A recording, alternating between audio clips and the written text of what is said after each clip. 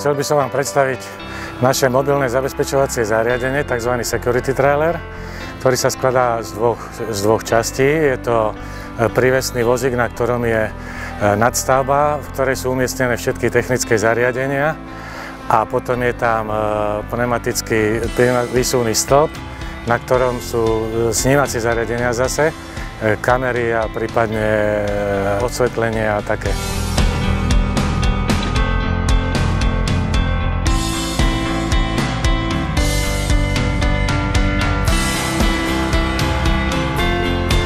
Dôležité pri mobilných zariadeniach je zabezpečiť energiu pre jednotlivé zariadenia, ktoré sú tam vnútri.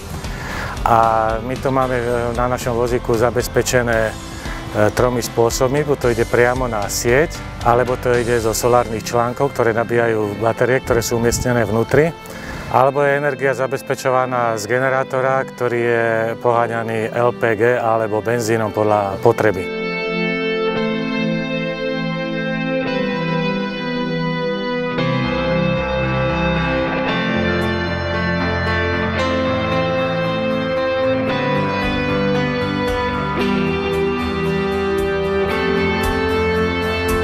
Môže byť bežná kamera použitá, IP kamery, môžu tam byť statické, pohyblivé, môžu tam byť termokamery, LED osvětlení, infraosvětlení. Zařízení je vybavený speciálním přenosem, který umožňuje přenášení vysokých datových toků v místech, kde je nízký datový tok od operátora, to znamená, opravdu v místech, kde není dostupný rychlý internet, jsme schopni přenášet na nějaký vzdálený monitorovací pracoviště, jako mám zrovna teďka třeba před sebou.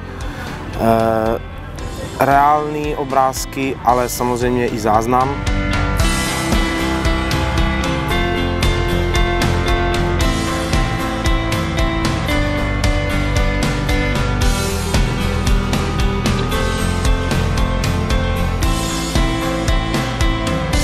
Vzduchovým kompresorom sa vysúva, za rotáciou sa vždy zastaví na jednotlivom bode a uniesie až 100 kg záťaže v tých 6 metroch, ktorá je jeho maximálna výška. Momentálne je na tom stĺpe namontovaná kamera, otočná kamera 360 stupňov dookola a 360 stupňov aj horizontálnej osy.